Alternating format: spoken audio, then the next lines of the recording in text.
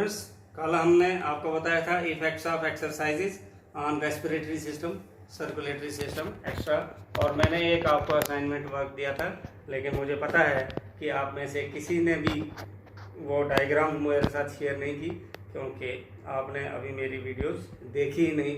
न जाने आप 2021 में ये वीडियोस देखेंगे या कब देखेंगे।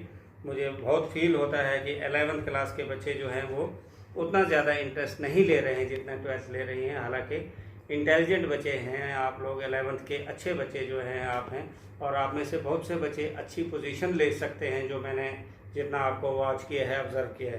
तो प्लीज़ आप इसमें इंटरेस्ट लीजिए। आज हम करेंगे effects of exercises on muscular system. सबसे पहले हमारा पोस्चर जो है बॉडी का वो बढ़िया रहता है, हमारी थकावट, हम लेट सकते हैं, इट डिलेज फैटिगनेस।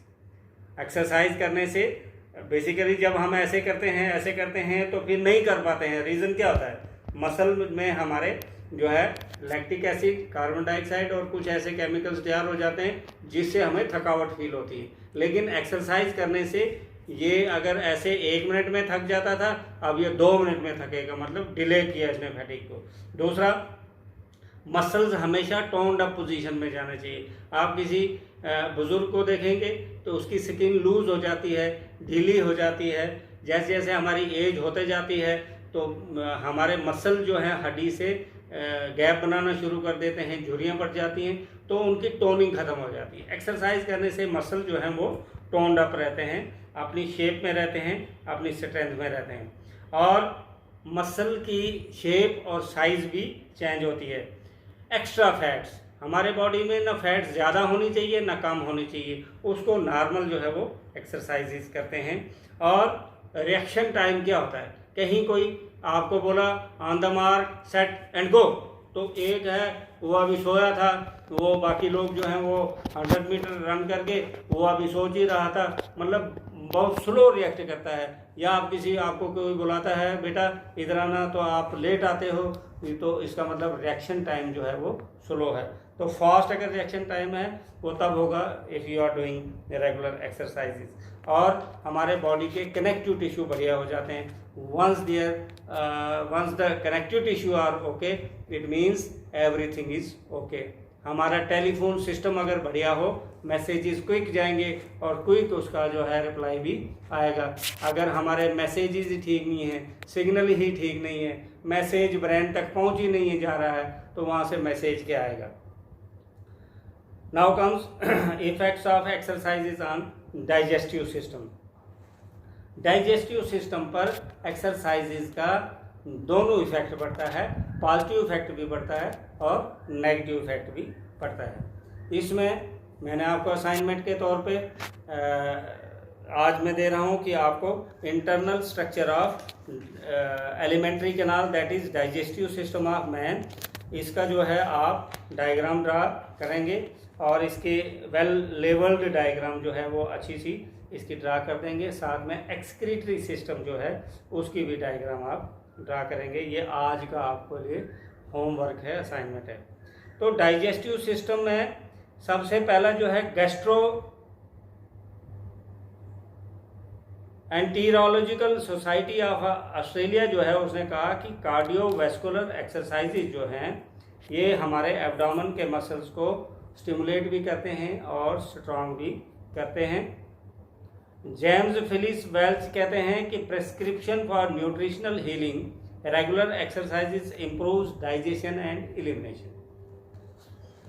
वैसे भी बुजुर्ग कहते हैं कि अगर हमारा एक्सक्रीशन और डाइजेशन बढ़िया है तो हमें 90% बीमारियां नहीं लगती हैं। मतलब हमारा डाइजेशन बढ़िया है और हमारा वेस्ट प्रोडक्ट बॉडी से 1 सेकंड में जो है रिलीज हो जाते हैं, तो हमारा एक्सक्रीशन भी बढ़िया है, डाइजेशन भी बढ़िया है, तो 99% डिजीज से हमारा शरीर मुक्त रहेगा। तो एक्सरसाइज करने से हमारी डाइजेशन भी ठीक हो जाती है और एलिमिनेशन भी ठीक हो जाती है। दूसरा, एक्सरसाइज करने से हमारे डाइजेस्टिव सिस्टम जो है एनर्जी को कंजर्व करने में हेल्प करता है। आप वैसे भी देखते हैं कि बहुत से लोग कहते हैं कि टीवी देखते देखते खाने से आदमी मोटा होता है। तो रीज़न क्या है? उसमें दो वजह हैं। एक तो पता नहीं चलता उसको कितना खाना है, और दूसरा ये है कि उसको एनर्जी जो है वो फैट्स जो है वो बर्न नहीं करती हैं, वो स्टोर होते रहती हैं, तो उससे वो फैटी हो जाते हैं। लेकिन एक्सरसाइजेज करते वक्त कुछ प्रिकॉशंस का भी ध्यान रखना है। जैसे आप लोग करते हैं, जब मॉर्निंग टाइम जब होता है तो सुबह सुबह, जब आजकल तो पैदल कोई चलता नहीं है, लेकिन फिर भी कुछ लोग अभी भी चल रहे हैं, तो खाना खाते ही जब आप भागना शुरू करेंगे तो कई बार पेट दर्द होती है, कई बार वॉमिटिंग भी हो जाती है, चक्कर आ जाता है। तो इमीडिएटली हमें खाना खाने के बाद एक्सरसाइजेज नहीं करनी है। ख़ास तौर पे स्टमक फुल है। बहुत से लोग कहते हैं कि शाम को डिनर करने के बाद 100 कदम चलना है। तो यहाँ चलने का मतलब जॉगिंग नहीं है, दौड़ना नहीं है। अगर दौड़ेंगे तो वॉमिटिंग हो सकती है। हाँ, वॉक कर सकते हैं नॉर्मल, बिल्कुल 100 या 200। दूसरा जो है योगा में भी अगर हम कहते हैं कि अगर आपने खाना खाया है तो उसके बाद हम एक वज्रासन कर सकते हैं। बाकी जो है एक्टिविटीज़ मतलब स्ट्रांग जो है वो नहीं करनी है। जहाँ तक एक्सक्रीटरी सिस्टम का है तो इसके साथ ही बता दिया आपको, excretory system is responsible for the removal of waste product from the body. जितनी ज़्यादा आप एक्सरसाइज करेंगे तो पसीना बाहर निकलेगा। पसीना एक वेस्ट प्रोडक्ट है, तो हमारा खून साफ हो जाएगा। आज हम पसीने को निकलने ही नहीं देते हैं। घर में एसी, गाड़ी में एसी, जहाँ जहाँ से पसीना निकलता है वहाँ हम पाउडर लगा देते हैं कि पसीना बिल्कुल बाहर निकले ही नहीं।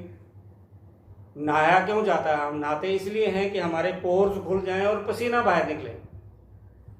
नहाया इसलिए नहीं जाता है कि पसीना ना आए, नहाया इसलिए जाता है कि पसीना आए, मतलब मैल निकल जाए और जो सुराख जहाँ से पसीना बाहर आता है वो पसीना ब्लड से वेस्ट प्रोडक्ट निकलता जाए। तो एक्सरसाइज करने से स्वेटिंग ज़्यादा होगी, हमारा ब्लड जो है साफ हो जाएगा। दूसरा, एक्सरसाइज हम करते हैं, बाउल्स की मूवमेंट्स होती है। बाउल्स की मूवमेंट होने से एलिमेंट्री कैनाल में जो वेस्ट प्रोडक्ट खासकर स्मॉल इंटेस्टाइन में चिपका हुआ रहता है, गंद जो है, गंदगी जो अंदर हम खाते हैं कुछ भी, तो वो उधर रह जाता है, उसको निकालने में वो हेल्प करता है। सिमिलरली जब हम एक्सरसाइज करते हैं तो अंदर से गैस की फॉर्म में भी बाहर निकलेंगी, तो वो भी हमारा वेस्ट प्रोडक्ट निकल रहा है। तो इन शॉर्ट आप कह सकते हैं कि एक्सरसाइजेज करने से हमारे जो वेस्ट प्रोडक्ट्स हैं, चाहे वो सॉलिड फॉर्म में, चाहे लिक्विड फॉर्म में, चाहे गैसोस फॉर्म में, वो बॉडी से निकल जाते हैं। और जब वेस्ट प्रोडक्ट्स हमारी बॉडी से निकल जाएंगे तो हमारी बॉडी फिट एंड फाइन हो जाती है, क्योंकि हर एक सेल, हर एक टिश्यू को, हर एक ऑर्गन को बिल्कुल ऑक्सीजनेटेड ब्लड की सप्लाई हो जाती है। किडनी हमारे ओके रहते हैं, वरना किडनी में यूरिन रह गया तो किडनी फेलियर हो जाता है। बाइल हमारे गॉल ब्लैडर में रह गया तो गॉल ब्लैडर स्टोन हो जाते हैं, वगैरह वगैरह। तो this was all about the effects of exercises on various systems of our body. So here